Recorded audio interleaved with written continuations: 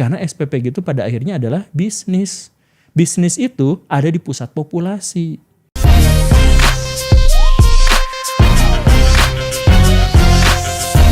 Oke, Pak Guru, aku juga mau nanya sebelum masuk lebih jauh. Tentang ini aku juga pernah dengar tentang pembagian hak dan kewajiban. Kalau misalnya daerah itu, memang betul sih ada beberapa daerah yang terkena efisiensi yang memang jadinya dana yang dimiliki oleh daerah itu banyak berkurang.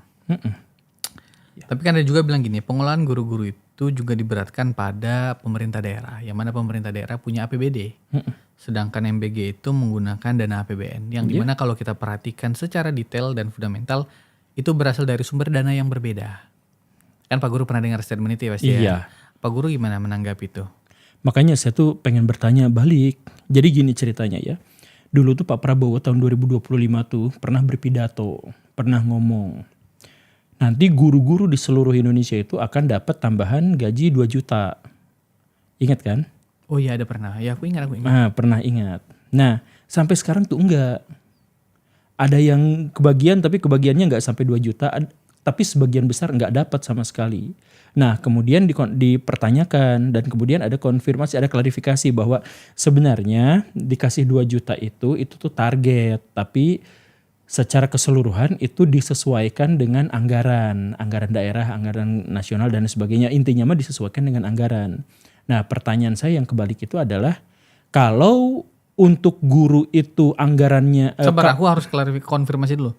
Kan Pak Prabowo pernah bilang itu secara gamblang untuk ngasih 2 juta loh. Iya. Dan itu belum ada realisasi atau gimana temuan Pak Guru? Gak ada realisasinya, belum ada. Oh Pak. Ya ada di beberapa tempat bagian kecil mungkin ada gitu. Tapi gak ada realisasinya. Dan itu ngomongnya tahun 2025. 2025. Dan tahun 2025 itu dikatakan sekarang tahun 2025 kita akan realisasikan itu. Tapi tidak terrealisasi. Makanya banyak yang nanya kenapa ini tidak terrealisasi. Lalu ada penjelasan tambahan. Oh penjelasan tambahannya itu adalah itu disesuaikan dengan kesanggupan anggaran. Yang ada dimiliki daerah masing-masing. Nah pertanyaannya itu adalah kalau gaji guru itu janji kan itu kan. Janji sebagai kepala negara. Kalau janji sebagai kepala negara disesuaikan dengan anggaran. Tapi anggarannya disesuaikan dengan MBG. Kan MBG nggak disesuaikan dengan anggaran kan? MBG itu harus segitu, nanti anggaran-anggaran yang lain diserap, dipotong, dialihkan ke MBG. Jadi artinya anggaran yang ada di Indonesia itu disesuaikan dengan MBG, disesuaikan dengan Koperasi Merah Putih dan lain sebagainya. Nah, sedangkan hak-hak guru itu disesuaikan dengan anggaran. Artinya hak-hak guru disesuaikan dengan anggaran yang anggaran disesuaikan dengan MBG. Itu kan rumusannya kan kayak gitu kan. Nah jadi makanya saya tuh bertanya-tanya kok bisa hak-hak untuk guru itu disesuaikan dengan anggaran sedangkan anggaran disesuaikan dengan MBG. Nah ini konstitusinya tuh jelas bahwa anggaran kita itu 20% itu harus diserahkan kepada pendidikan. Itu yang kita gugat ke MK kemarin itu, yang teman-teman gugat ke MK itu. Kan harusnya 20%, sekarang dihitung-hitung karena dipotong 44%, anggaran pendidikan itu dipotong 44%, itu jadi sekarang tuh hanya 11% yang dialokasikan untuk pendidikan. Nah jadi sekarang misalkan anak-anak yang putus sekolah itu lebih mungkin terjadi. Karena apa? Karena subsidi dan sebagainya itu tuh kepotong ke sana ke sini. Oke Pak Guru, dengan ini juga Pak Guru. Di satu sisi saya selalu membaca Pak Prabowo itu selalu punya niat yang baik. Niat yang baik itu dalam kategori sebenarnya tujuan awal MBG ini kan adalah untuk mengintervensi gizi anak. Iya. Ya kan. Memang di awal-awal saya perhatikan memang pembangunan SPPG ini agak sporadis. Tapi belakangan udah mulai ada semacam evaluasi yang mengatakan memang kita harus membangun MBG di lokasi ke lokasi yang memang anak-anaknya membutuhkan gizi. Belakangan tuh ada tuh beberapa berita naik Pak Guru pasti perhatiin dong. Iya. Bahwa mulai ada tuh semacam evaluasi karena rasa-rasanya Pak Prabowo mendengar ternyata. Iya. Nggak harus di semua tempat. Karena kan ada sekolah yang melakukan penolakan tuh. Iya, terhadap betul, MBG kan nggak betul. perlu kan. Sehingga ada evaluasi kayaknya kita mulai dari intervensi ke lokasi-lokasi yang benar-benar membutuhkan gizi. Pak Guru gimana melihat itu? Kan mulai ada tuh. Oke, akan sekarang cek datanya. Silahkan di googling kalau misalkan nggak percaya. Sekarang cek datanya. Semakin membutuhkan MBG, semakin jauh MBG dari situ. Maksudnya gimana tuh? Daerah-daerah yang paling membutuhkan MBG, yang paling jauh, yang paling terpencil, yang paling miskin, itu adalah SPPG yang adalah tempat di mana SPPG tidak hadir di situ. Dapur-dapur MBG tidak hadir di situ. MBG, SPPG paling banyak ngumpulnya di mana? Di kota-kota besar, di pusat-pusat populasi. Nah, jadi ini tuh sebenarnya berkebalikan dengan tujuan awal, dengan itikad baik Pak Prabowo Subianto itu.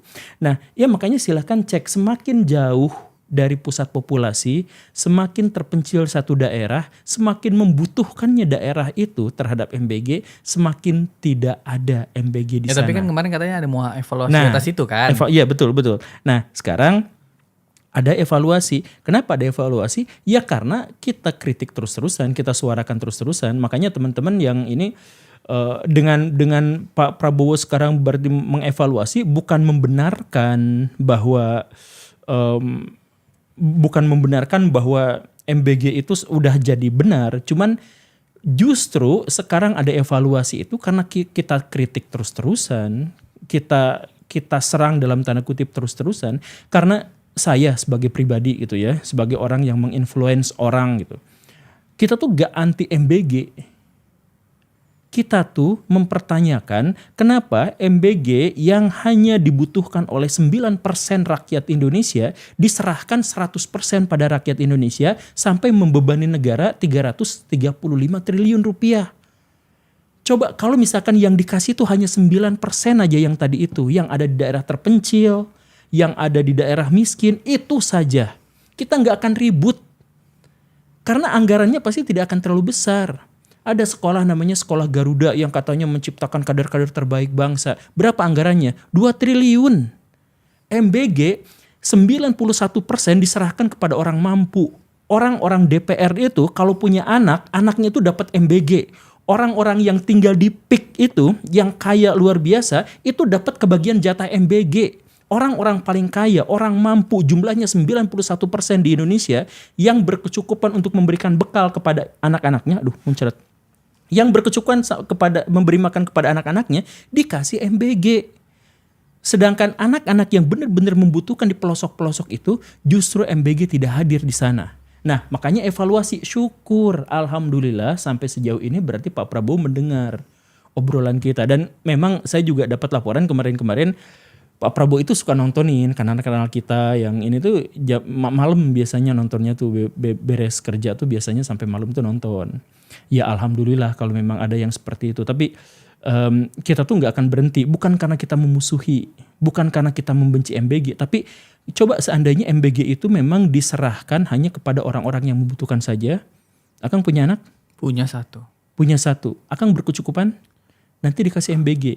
Nah, MBG itu dapatnya dari mana? Dari jatah orang yang semestinya fakir miskin sekali. Gitu. Nah, jadi pertama, kita tuh tidak anti MBG. Kita tuh pengen MBG itu tepat sasaran. Kemudian yang kedua, kenapa kita harus bikin SPPG? Kenapa kita tuh harus bikin dapur? Serahkan kepada sekolah pengelolaannya. Sekolah tuh udah punya kantin. Sekolah tuh udah punya dapur. Sekolah tuh udah banyak OB-nya. Sekolah tuh udah ada guru-guru yang biasa kerja di situ. Coba itu berdayakan semuanya. Kenapa harus bikin lembaga baru yang setara kementerian, kemudian mengelola uang segini banyaknya? Nah, kenapa tidak, kan jauh lebih praktis. Gak usah pakai dapur, gak usah mendirikan dapur, gak usah ada modal 1,5 M, gak usah ada yang seperti itu. Serahkan kepada sekolah, awasi dengan baik. Sekolah itu nanti pakai ompreng, nanti mau pakai piring biasa, nanti mau pakai daun pisang, sesuaikan dengan kondisi di sekolah. Dan sekolahnya berdaya, ibu kantinnya berdaya, anak-anaknya juga berdaya. Kalau mau ngikutin Cina, kan katanya referensinya itu kita ngambil dari Cina, kalau dari sana makan siangnya dikasih, ya kenapa nggak kayak gitu? Di sana itu kan terintegrasi dengan sekolah. Kenapa kita enggak? Coba Akang bisa jawab nggak kenapa enggak? Kalau memang itu itikadnya baik, kenapa enggak harus diserahkan kepada orang-orang yang membutuhkan saja? Satu.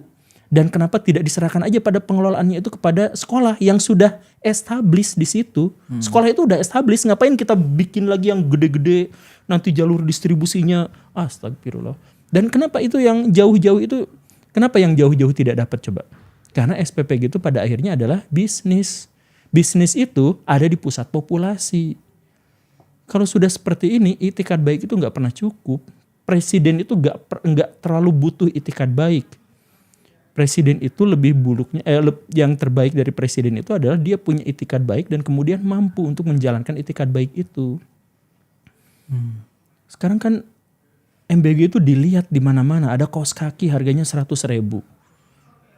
Ada motor yang katanya bisa tembus hanya 70 km, motor listrik.